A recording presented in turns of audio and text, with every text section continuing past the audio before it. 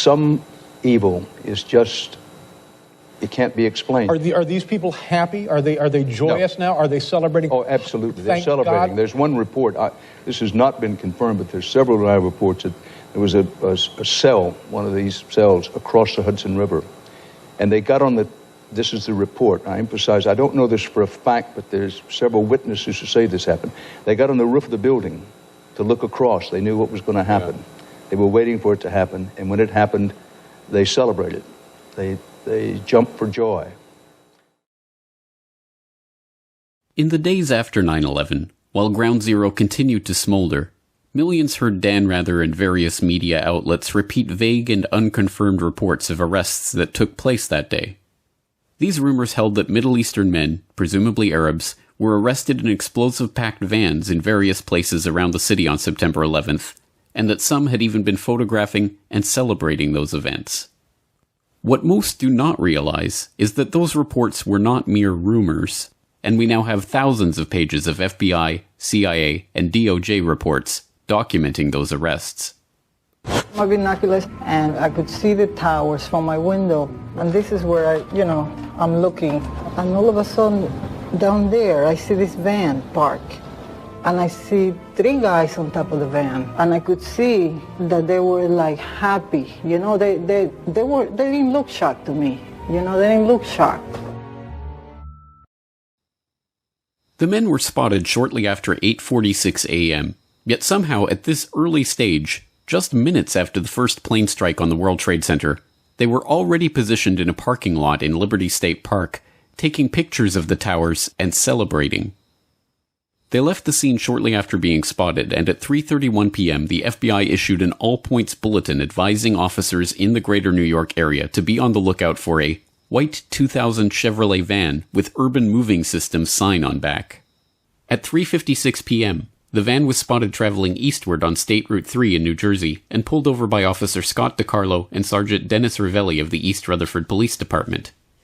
Inside they found 5 men: Sivan Kurzberg and his brother Paul, Yaron Schmel, Oded Elner, and Omar Marmari.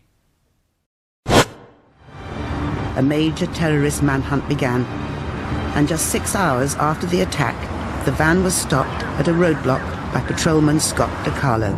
We were asked to detain the van and the passengers. They were just removed from the vehicle, patted down for safety precaution, and detained. 911 call at 410 Park. I think once the FBI arrived, one of them stated that they were on our side, something to that effect. According to the police report of the incident, Sivan Kurzberg told Officer DiCarlo, "We are Israeli. We are not your problem. Your problems are our problems. The Palestinians are the problem." Their official story: they were just Israeli tourists working for a moving company who had heard about the first World Trade Center strike and rushed to get a better view of the events. They told interrogators they were working for Urban Moving, a shipping and storage firm run by an Israeli businessman who often employed Israeli students without work permits. The men say there was an innocent explanation for what was found in the van and their behavior on 9/11.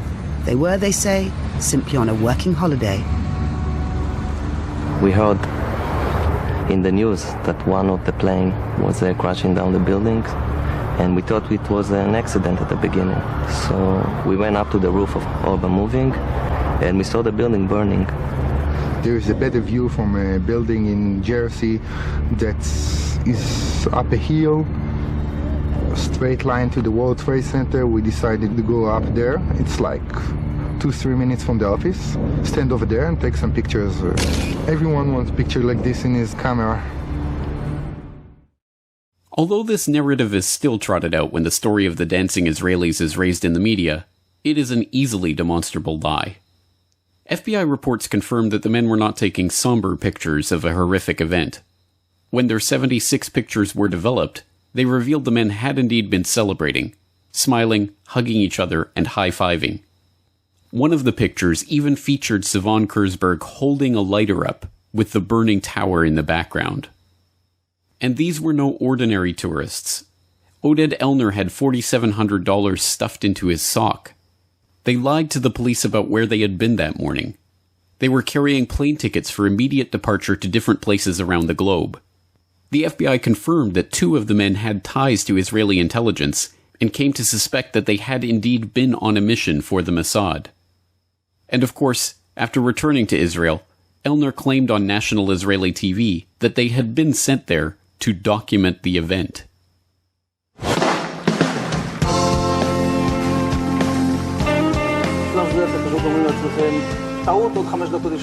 And at that point, we were taken for another round of questioning, this time related to our allegedly being members of Mossad. The fact of the matter is, we are coming from a country that experiences terror daily. Our purpose was to document the event. Their purpose was to document the event? But how could they possibly have known what event they were documenting at that point, before the second plane strike, when those few who even knew about the situation had assumed it to be an accident or pilot error? And when did they arrive at the parking lot to document the event anyway? The FBI reports show how the men gave confused and often conflicting accounts of when and how they learned about what was happening and when they arrived at the parking lot. Oded Elner even said they had arrived there shortly after 8 a.m., which would have been 45 minutes before the attacks even began. This is in line with one of the eyewitnesses that had placed their urban moving systems van at the parking lot at 8 a.m. How could they have been in place and ready to document the event unless they knew what was about to happen? Any way you cut it, this story is unbelievable. Men with documented connections to Israeli intelligence and working in the United States without appropriate permits were detained after having been caught celebrating the attack on the World Trade Center at a time when no one knew that the WTC strike was an attack. So surely these men are locked behind bars to this day, right? Surely they were transferred to Guantanamo and held without trial for 15 years as part of the war on terror, weren't they? No. They were immediately transferred to federal custody, held for 71 days, and then deported back to Israel. The owner of the urban moving systems company that had employed them, Dominic Suter, was investigated by the FBI too. They concluded that urban moving may have been providing cover for an Israeli intelligence operation, and even seized records and computer systems from the company's offices. When they went back to question him again on September 14th, he had fled back to Israel. And what about the dancing Israelis' pictures themselves? The Justice Department destroyed their copies on January 27, 2014. And these intelligence agents on an intelligence mission who were there to document the event of 9/11 before anyone knew 9/11 was taking place? Don't worry, they were just spying on Arab terrorists. And while the FBI or certain sources might believe that in fact they were Israeli intelligence, they don't believe that the U.S. was a target, that they were actually investigating Muslim groups? They believe if this was an intelligence operation by Israel, that it was focused on the Islamic groups and charities that raise money for groups that are considered by U.S. law enforcement and others terrorist groups. And you'll note that after September 11th, the U.S. moved on many of these groups with indictments, arrests, raids on their headquarters, something that hadn't happened prior to this. These are groups that Israel believes have been funding Hamas and other terrorist organizations? Groups that are responsible for most of the suicide bombings there. But this story is not merely preposterous on its face. Even the implications of this story are themselves preposterous.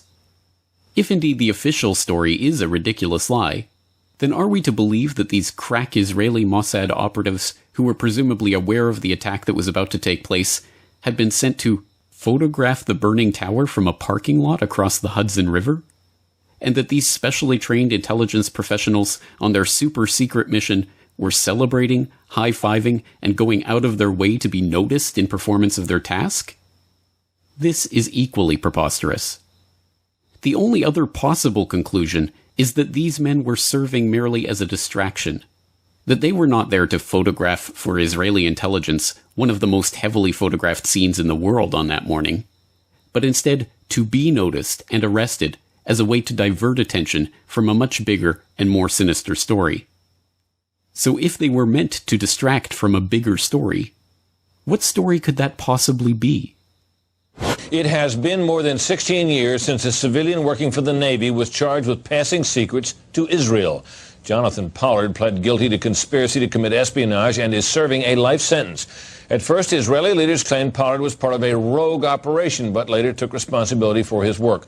Now, Fox News has learned some U.S. investigators believe that there are Israelis again very much engaged in spying in and on the U.S., who may have known things they didn't tell us before September 11th. Fox News correspondent Carl Cameron has details in the first of a four-part series. Since September 11th, more than 60 Israelis have been arrested or detained, either under the new Patriot anti-terrorism law or for immigration violations. A handful of active Israeli military were among those detained, according to investigators, who say some of the detainees also failed polygraph questions when asked about alleged surveillance activities against and in the United States. There is no indication that the Israelis were involved in the 9/11 attacks, but investigators suspect that the Israelis may have gathered intelligence about the attacks in advance and not shared it. A highly placed investigator said there are, quote, tie-ins, but when asked for details, he flatly refused to describe them, saying, quote, evidence linking these Israelis to 9/11 is classified. I cannot tell you about evidence that has been gathered. It's classified information. Asked this week about another sprawling investigation and the detention of 60 Israelis since September 11th, the Bush administration treated the questions like hot potatoes. I would just refer you to the Department of Justice with it. I'm not familiar with the report. I'm aware that some Israeli citizens have been detained. With respect to why they are being detained and the other aspects of your question, whether it's because they are in intelligence services or what they were doing, I will defer to the Department of Justice and the FBI to answer that. Beyond the 60 apprehended or detained and many deported since September 11th, another group of 140 Israeli individuals have been arrested and detained in this year in what government documents describe as, quote, an organized intelligence gathering operation designed to, quote, penetrate government facilities. Most of those individuals said they had served in the Israeli military, which is compulsory there, but they also had, most of them, intelligence expertise and either worked for Amdocs or other companies in Israel that specialize in wiretapping. Earlier this week, the Israeli embassy here in Washington denied any spying against or in the United States. Carl, what about this question of advanced knowledge of what was going to happen on 9/11? How clear are investigators that some Israeli agents may have known something? Well, it's very explosive information, obviously, and there's a great deal of evidence that they say they have collected, none of it necessarily conclusive. It's more when they put it all together. A bigger question, they say, is how could they not have known? Almost a direct quote, Brett. The most phenomenal part of this report is not that it was eventually erased from the web by Fox News itself, but that it ever made it to the air at all. In December of 2001, Fox News investigative reporter Carl Cameron filed an explosive 4-part series that went in-depth into an Israeli art student spying ring that had been under investigation before 9/11, extensive Israeli wiretapping of sensitive U.S. government communications, and the 60 Israeli spies that were detained in the wake of the September 11th attacks. Unsurprisingly, the story was quickly dropped, and no mainstream journalists dared to continue probing into the matter. This is the real story of Israeli spies in 9/11.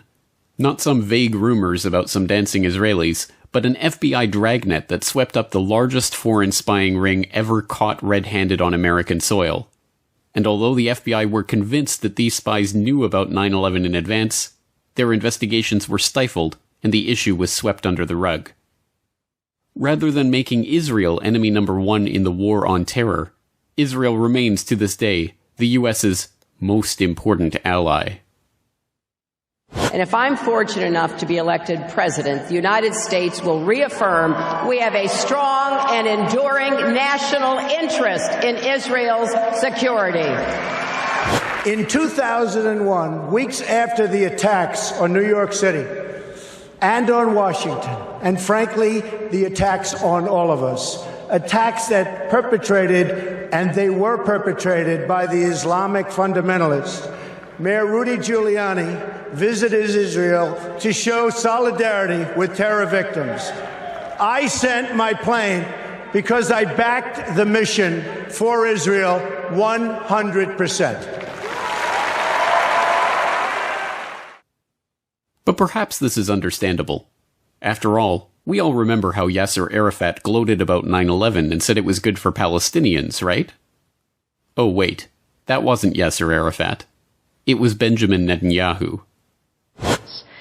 The Israeli newspaper Ma'ariv has reported Israel's former Prime Minister Benjamin Netanyahu has publicly said the September 11th attacks have been good for Israel. Netanyahu said, quote, "We're benefiting from one thing, and that is the attack on the Twin Towers and Pentagon and the American struggle in Iraq." My name is Donald Trump, and I'm a big fan of Israel. And frankly, a strong prime minister is a strong Israel. And you truly have a great prime minister. In Benjamin Netanyahu, there's nobody like him. He's a winner. He's highly respected. He's highly thought of by all. And people really do have great, great respect for what's happened in Israel. So vote for Benjamin. Terrific guy, terrific leader, great for Israel. Given that the ultimate consequence of 9/11 was the beginning of a now 15-year-long struggle to transform the Middle East, a struggle that the neocons that went on to populate the Bush administration had been openly advocating since the clean break policy paper in the mid-1990s, it isn't hard to see how the September 11th attacks were indeed a boon for Israel. But information linking Israeli spies to advance knowledge of 9/11 remains classified information. In a world of true justice, the dancing Israelis and other Israeli spies with insider advance knowledge of the 9/11 attacks, who openly celebrated those attacks, would be the targets of the war on terror, not its beneficiaries. Some evil is just, it can't be explained. Are these people happy? Are they joyous now? Are they celebrating? Oh, absolutely. They're Thank celebrating. God. There's one report. This has not been confirmed, but there's... I actually figure very largely in a number of the key conspiracy theories. September 11th, September 11th. Terrorists or terrorism, September 11th.